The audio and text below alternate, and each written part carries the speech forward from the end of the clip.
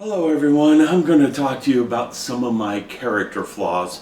Now, it's a little hard to look at the camera right now because I have bright lights on either side that really hurt my lights, and I'm looking at this so I know if I'm on camera or not, and I am, so I can set that aside. And boy, I look fat. That's what happens when you get old and you don't exercise. You get fat. But anyhow, what I want to talk about is how I get in some of these rough spots I'm in. And part of that is I blindly trust people, and I know I shouldn't do that, but it's part of my nature. I mean, that's how I got married to the woman I shouldn't have married. Now, before anyone comments, because someone always comments on this, but your children. My children are wonderful. I could not have asked for better kids. Absolutely great kids. But that lady I married, we'll talk about that in another video, but I need to be careful. I shouldn't talk ill of people. And discussing her gets me ill. So, yeah, you don't talk about someone until you're ill, if you get the joke. But getting back to this, I blindly trust, and that's sometimes it's good and sometimes it's just not. For example, the first lady I dated after getting divorced, I blindly trusted her way more than anyone should ever have trusted her. And I ended up with a lot of heartache and pain, and I made some mistakes, and my kids suffered a little bit for those mistakes. And I say a little, not much. My kids never met them. She just promised to do things for the kids she didn't do, and she was in contact with them a little bit. And that was after months of dating, so it wasn't just, yeah. Anyhow, she turned out to be a huge, huge liar. And I don't want to go into much more than that. I just blindly trusted until there was too many red flags. You couldn't trust anymore. And that leads me to my current situation, okay? I trusted that things would be okay because I'm hiring professionals. And yeah, that isn't how life works all the time. Just because someone's got a good reputation doesn't mean they're going to treat everyone professionally, okay? Let's take a 1-800 tax service, for instance. I'm not going to name them by name just yet. That'll be in another video where I just go off on them completely. I will talk ill of that company. But I trusted them because they had a good reputation, good reviews. And there were no red flags at first. All the red flags showed up after I signed a contract and paid X dollars. Then all of a sudden my ability to contact them was severely reduced. They didn't respond for days at a time, and when they did, they would make accusations that were unfounded and very unprofessional. For example, I've had 2 levies on my business and personal accounts that have taken over $50,000 out. And when the first levy was there, I was using the 1-800 tax service. They didn't get hold of me with the proper paperwork to work on clearing that levy. And first they said they could not clear the levy. That was the first hint I had that things were really bad. Second thing is they didn't ask for the paperwork to help clear that levy until 2 or 3 days before the levy took the money. You can't wait that long. You have 21 days once the levy is assessed to get it cleared. And they waited until day 19 to ask me for a massive amount of paperwork. I had just had a hard drive failure and lost all my financial data for the whole year. And there's no way you can regenerate that in 2 or 3 days. I mean, you can, but that's all you do for those 2 or 3 days. And I'm currently working 12, 14-hour days at that time. So the levy hit, $20,000 gone. Almost lost my business there. I got really lucky with a few things that happened in a sequence where I got enough money to keep the thing going. Fast forward to the second levy, which occurred about a month later. I immediately hired a bankruptcy attorney because I'd done some research. I know bankruptcy can shield you from levies.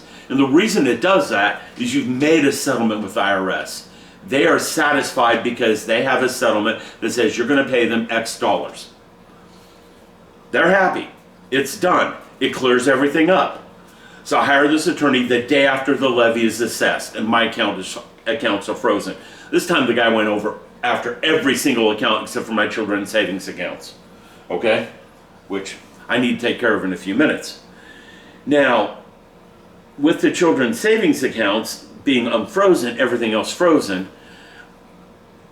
I need this attorney to do his job. And at first he seemed like he was going to do his job. And another part of the problem is the IRS put the timing on this so the levy took hold right after New Year's. So there's a whole week and a half in there where they're not even open. You can't get hold of them, you can't talk to them, okay? And the bankruptcy attorney worked on things pretty consistently for the first few days, and then he disappeared. And I kept sending messages, hey, what do you need? What's going on? What's going on? Then I get a message back saying, well, I need this, this, and this. It's a pretty long list of things, okay? I mean, he basically was asking what the 1-800 tax service was asking for, which makes sense. You want a complete financial history so we can assess repayment and all sorts of other things. All that makes sense. Well, Christmas comes and the guy's non-responsive again. And I started sending messages, what do you need? Here, I've done this. What do you need? Here, I've done this. No response, no response, no response. He finally responds to me the night before the IRS takes $30,000 out of my account and says, I can't help you. You're going to have to find someone else. Here's a reference. And he calls me all sorts of names in the email. You know, this is the problem with blindly trusting people. These things happen. They don't do their jobs. Okay? Going off reputations, the guy has a good reputation. He just failed me. And I trusted that he would do his job. Well, I've got a week or two until things intensify with IRS again. They're still not returning messages. They're not answering phone calls. I've left I don't know how many messages without a response. And one person told me that the level I'm at with IRS, the guy is working with 100, 200 people he's assessing levies to and fines and trying to recover from. And because of the number of people, he may not get back to me. But that's not how this works when you're destroying lives. And this is part of the problem with the IRS. They use the hammer of hell and destroy your life because you didn't do something they like. And that's not how it should be. I know that there are 3 or 4 levels to get to before I get here. I had another tax service that negotiated those levels with me. They were doing a decent job, and I almost wish I'd stayed with them. But I got some poor advice from someone else I trusted, and I went with the 1-800 tax service and dropped them, and I shouldn't have done that. Hindsight is wonderful, isn't it? Now, this gets me to my personal life right now. I'm not very trusting. I don't date because I don't trust. And I know there's quite a few people out there who are in that situation. So I'm going to make some videos along these lines over the next week or two. I'm going to try to make a few shorts here and there. Maybe some of my cats, because Jam was trying to do my interview for me. And I'm going to see what I can do. I need to generate a lot of money over this next couple of years to help pay down these debts. And I need to have a good side hustle going, and I'm taking the journey of finding a good side hustle. I've got some ideas, but they don't earn money immediately. They take 6 to 8 months to start earning anything, which is true of any business. So you can't expect an immediate return on anything you do. If you're finding something like that, don't trust it. That's what this video is about, okay? There's no such thing as a free lunch. Robert Heinlein said that in a book called The Moon is a Harsh Mistress. And yeah, that is a good quote. There's no such thing as a free lunch. So just be aware, do your research, trusting people. You know, when you're 18, you meet a girl, you ask her on a date, you go out on a date. You don't worry about those things. You're bulletproof at 18. She's bulletproof at 18. You know, she's probably not going to screw you over. She doesn't have this long list of history as of yet. That builds up over time. When they're 40 or 50, now not all women are this way. I know some really good women, okay? And they're not all this way. Don't take it this way. But a good number of the single women at this age are liars, cheats. They only want one or two things out of you. And none of it's good. Not all of them are this way. Keep this in mind. I know some really, really good women. Okay? So just keep all this in mind. Don't blindly trust. I do it. Look at what's happened to me. About to lose my job. And after that, shortly thereafter, I lose the house. And I lose quite a few other things. Well, y'all, I hope you've enjoyed. I will come back later with more videos. Have a good day. And I keep looking to the side because my control panel's over there.